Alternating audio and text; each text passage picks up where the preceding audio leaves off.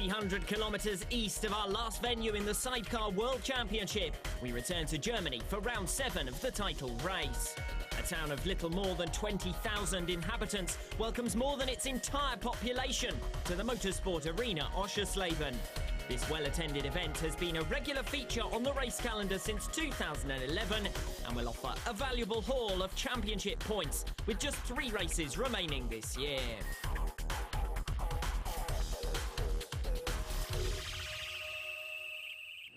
Meanwhile, in a one-off final in Oschersleben, the F2 World Trophy would be decided for the first time in Germany. Competitors from 7 nations prepared their 600cc machines for competition over 2 races, after which a new champion would be crowned. The Delta Racing team were the early pace setters, former World Championship regular Michael Grabmüller in command of the machine and setting the fastest lap of the sprint. The race was behind them, Reeves and Clues having to work their way through from the back of the grid after a poor getaway. But the number 77 outfit quickly had the leaders in sight, and by lap 5 were closing in to make an audacious move for first. 2 British outfits made it onto the podium, with Shandon Hyde taking 3rd position by just 4 seconds. But with less than a 3-second advantage in the sprint race, the leaders would be wary ahead of the second contest of the weekend.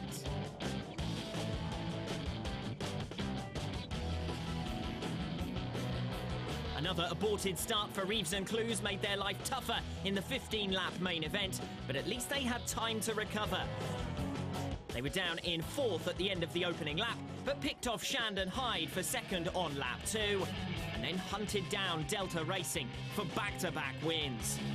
Grabmüller and Kirchhofer knew that nothing less than a win would do, but although they stayed within 2 seconds of the number 77 all race, they could never find a way back through. The early abandonment of the race due to threatening weather conditions simply confirmed the inevitable. After victory in the F2 World Trophy, Reeves and Clues would now go for the double in Oschersleben. With an identical podium in each of the 2 races, the final F2 Trophy standings were clear. Shandon Hyde taking 3rd, Grabmüller and Kirchhofer in 2nd, and Reeves and Clues taking the first ever F2 title. The first of the 2 World Championship races in Oschersleben would be the sprint, where Ben and Tom Birchall would be looking to take the victory to keep alive their championship hopes. Tim Reeves and Gregory Clues came into the race with a 51-point advantage in the title battle. If we win, we're world champions. If we come 2nd, then we have to do it again tomorrow. So, yeah, we go. We try. We are. You know, if we push hard, then we do not lose concentration. So we go for the win. We try. To take the victory, Reeves and Clues would need to work their way through from behind, Ben and Tom Birchall having been less than a 10th faster than them in qualifying. 2013 world champion Pekka Päivärinta would start only 6th in his top flight comeback, while Kretzer and Lennertz were the highest placed of several wildcard entries in Oschersleben.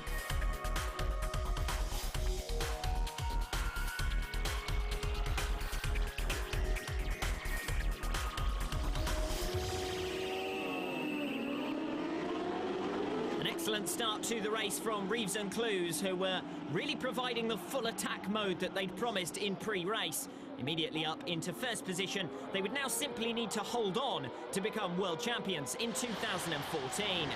Clear track ahead of them, exactly what they wanted to see.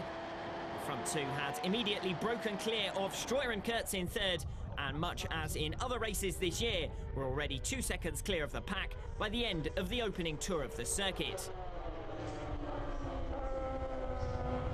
Battles down the order, meanwhile, were somewhat closer.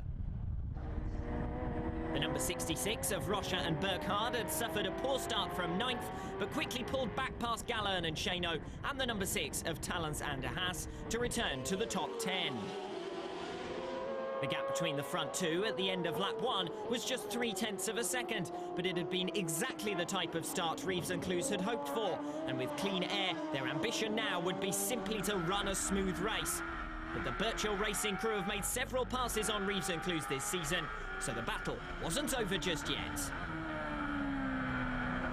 Gallagher and Shano had got past Talons and De Haas on lap 1, taking advantage of that first lap scramble to move into 13th. But the Dutch duo were already probing for a way back through. The Birchall brothers, taking the shorter run around the hotel complex at the start of lap 4, had put themselves into prime position to make a pass, and a sudden loss of power for Reeves and Clues off the turn gave the number 16 Suzuki the advantage.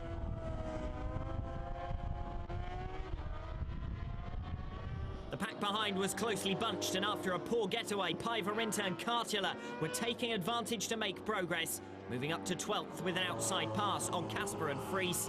And by the end of lap 4, they were 11th, having jumped Rupert and Hershey as well. Streuer and Kurtz have come under increasing pressure from Gurk and Weschelberger in recent rounds, even if the Dutch duo have often been the stronger. And the number 8 and 18 outfits were again sandwiched on track in the tussle for third. Gurk and Weschelberger getting the perfect slipstream down the straight to gain ground before tucking down the inside to move into a provisional podium position. A great ride from the Germans in their home race. Streuer and Kurtz, meanwhile, would keep up the pursuit. They need to get the better of their rivals if they're to beat them in the championship.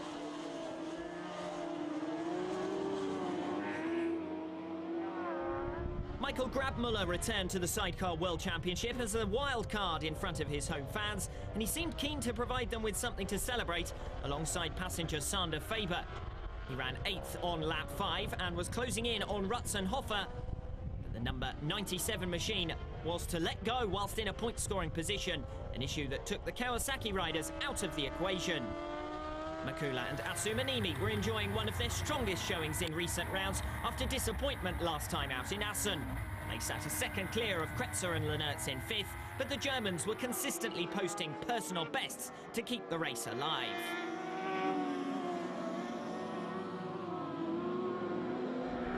The Birchall brothers were still under pressure for the lead at the end of lap 8, and when they ran wide at the Zeppelin curve, Reeves and Clues were ready to pounce.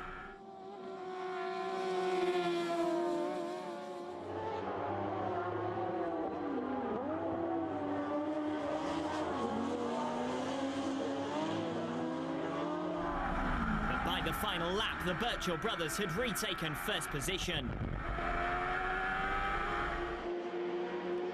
Winners in the Sachsenring earlier this year, Birchall Racing made it 2 wins out of 2 in Germany.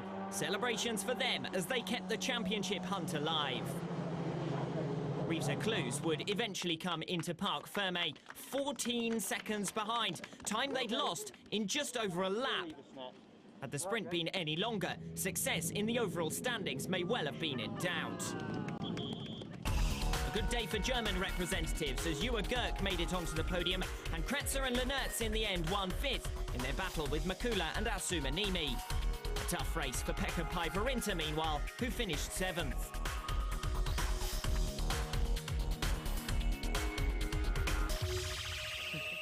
Absolutely brilliant. I'm so happy, I can't even describe it. A great race. Ich kann nichts dazu sagen. Ich bin einfach nur glücklich. Thank you. Yeah, nightmare. We were in the lead. We had I felt really comfortable. And 1 lap to go, and the gear lever has snapped. A small metal part has broken, and we were stuck in 3rd gear. So it's not possible to keep going. So we were lucky to get back in 2nd. So we have to try again tomorrow. Unfortunately, Tim had a bit of a problem, but it was a close race. It's tough around here, and we're still carrying that injury a bit. So we'll see what we can do tomorrow. But yeah, great. Keeps the championship a bit alive again, so we'll see what tomorrow brings. Gurk and Weschelberger gained further ground in the tussle for the bronze medal by getting the better of Streuer and Kurtz in Oschersleben. Meanwhile, Makula and Asumanimi and Rutzenhofer remain in the hunt for that 3rd in the championship battle, but have slipped back from the pace in recent races. A 3rd victory of 2014. A perfect recovery from the injury woes that kept Ben Birchall out of the season-defining Croatian Grand Prix. Birchall Racing back on top.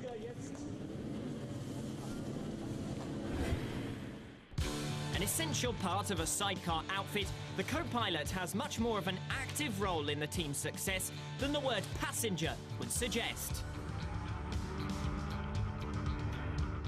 my role as a passenger to the sidecar outfits, it's an important attribute to, you know, 3 or 4 things that make the whole thing work together. What I need to be doing is complementing what Ben wants to do with the bike and also balancing the bike. So there's 2 main roles to my job. So I'll show you my office. This is where I sit. This is the platform of the sidecar. It's really integral to the structure of the chassis. It's really stiff, made out of carbon fibre, so it's 100% with the bike.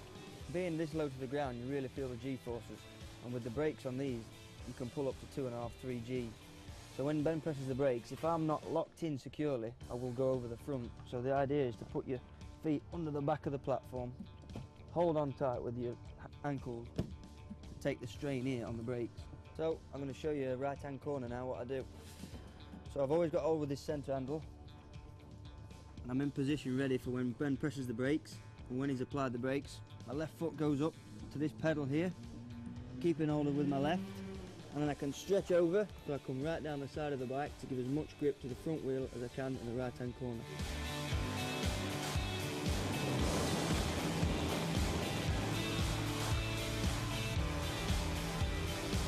So I'll show you a left-hand corner now.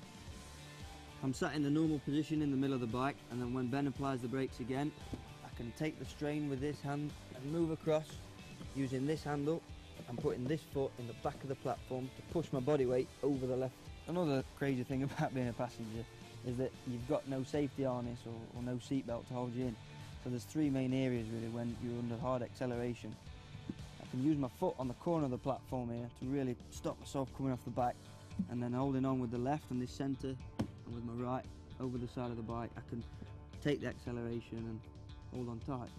So before we do anything in the race, we've got to start it, and with nearly 200 horsepower coming from the Suzuki 1000cc engine, there's a lot of weight got to be on the back wheel to give the most grip to get a good start. So I'll show you. So I'm on the platform, hand in this position, feet in the sidecar, and my weight needs to come to the back of the bike, really over the back wheel as much as possible. So when the lights go out and Ben opens the throttle, I can give as much grip as I can give, and we can get a good start hopefully and lead into the first turn. Being a sidecar passenger is just totally different to riding a bike, you know. You've got to have a really good feeling for what it's doing underneath it, which is similar to riding it, but you know, I've got no control with the throttle or the brakes, so yeah, you've got to be a little bit crazy, but also you've got to have a good feeling for what's going on to help win the race.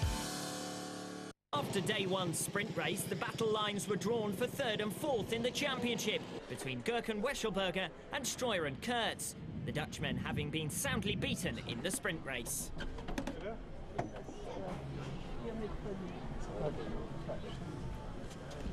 But the focus would be on the race for top spot.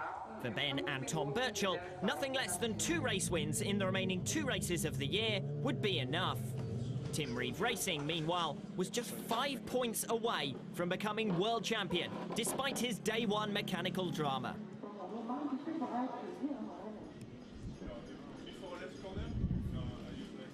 There was a small component in the gear linkage that snapped, so it meant we were stuck in 3rd gear and couldn't change gear. So yeah, it was a shame. We were pretty comfortable in the lead, and there was only a lap and a half to go. So yeah, we've repaired the damage. We've put new parts on, and we've all of the parts that are the same in the gear linkage we've changed. So we've not taken any chances. So they're all new, and we've checked and double checked everything. So that's all we can do, and then we just hope for the best.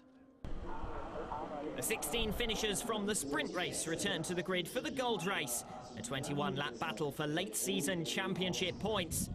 Reeves and Clues seemed relaxed enough on the grid, but after their gear change problems on day 1, they must have been nervous of further mechanical issues.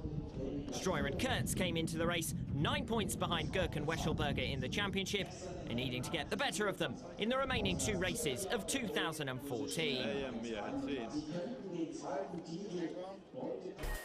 The usual favourites at the top of the pack, Ben and Tom Birchall looking to take advantage of pole position after a superior start for Reeves and Clues in the sprint.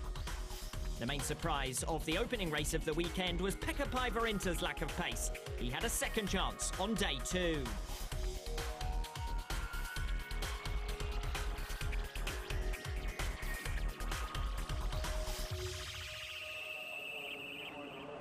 potential championship decider was lined up with the gold race in Oschersleben. And it was Tim Reeves Racing who again got the whole shot. Behind them, Gerk and Weschelberger lunging for the inside. Streuer and Kurtz covering it off well in third. Back exactly where they seem most comfortable, the number 77 of Reeves and Clues.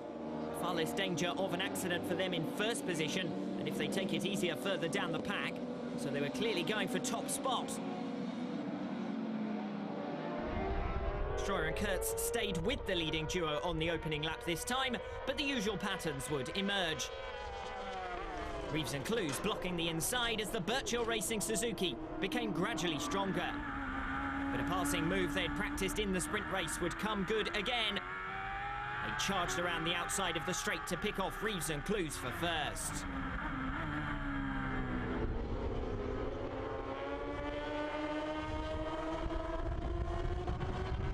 Streuer and Kurtz were third, but Pijverinter and Kartula were having a much stronger race and closed up to within a tenth of passing them on lap 2. The Finns seemingly finding their stride after 7th in the sprint race and getting up the inside into turn 1 for a provisional podium.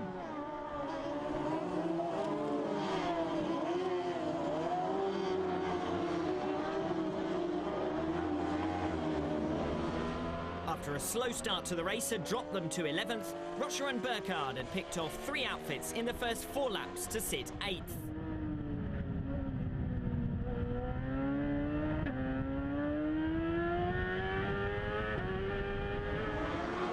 Makula and Asumanimi were also on the move, passing Rupert and Hershey for 10th. With that move complete, their recovery could continue as they comfortably had the pace on Casper and Fries ahead and were swiftly closing in on the Swiss wildcards.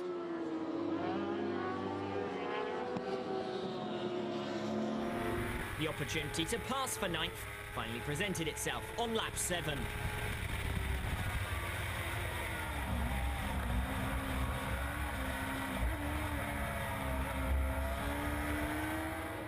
Pekka Pijverinter looked certain to take a podium on his comeback alongside new partner Timo Kartila. But retirement to the pits quickly ended that dream. His new machine is still a work in progress, the Oschersleben event as much of a test as a race for the Finns. Their day was over. At the back of the pack, 2 outfits had been dicing to avoid the wooden spoon all race. Cranenberg and Schmitz had led that battle since lap 2, but were finally overhauled by Gallern and Shano by lap 12.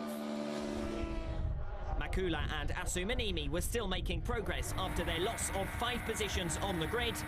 They swept past Rocher and Burkhardt for 7th.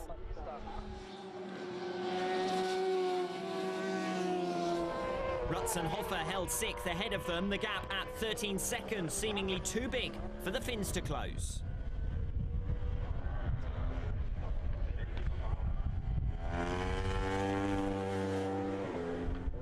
Gerk and Weschelberger had been losing a second a lap to Kretzer and Lernertz in the scrap for 4th, and by lap 14 had less than a second's advantage.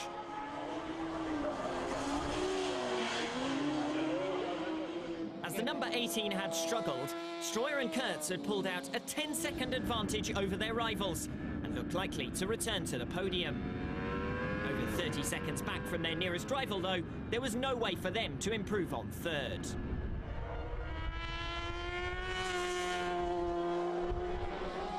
Reeves and Clues had dropped over 5 seconds back from the Birchill Racing Suzuki, seemingly holding back the pace to bring home their machine.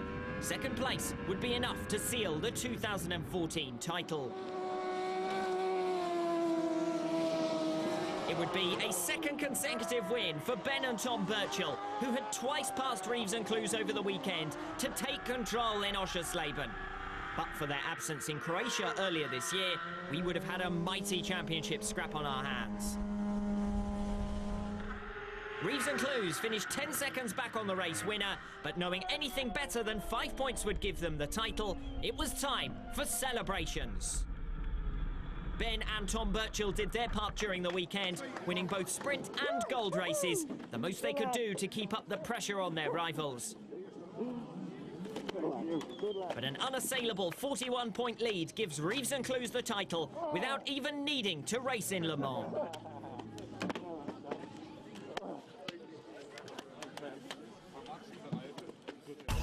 top two teams have been comfortably faster than the main pack of World Championship regulars this year, and that didn't change in Oschersleben. Over 50 seconds, the deficit from Birchall Racing up front to Streuer and Kurtz in third, and only 6 finishers remaining on the lead lap. Yeah, everything was good this race. Better the first 5 laps were really good. You know, I've had this feeling before, but this man's not won it before, so I'm very happy for him and his father and my father. It's been a long year, and yeah, what a job. Firstly, congratulations to Tim and Gregory for being world champions, and all we could do was try and win both races here and prolong the inevitable, really. But yeah, we did a good job today. The team worked hard, and 2 of our team members are missing this weekend. We felt it, Andy Mitchell and Ed Mitchell, but we battled on without them, and we got them 2 good results, so that's for them.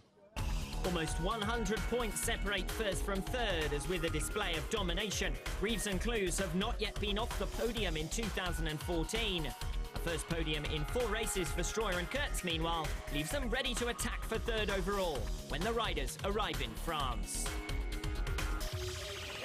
It's the podium that Reeves and Clues have been waiting for all year, the moment when they become world champions. It had seemed likely since Croatia when they took a 39-point lead, but with a race to spare, the number 77 becomes the number 1.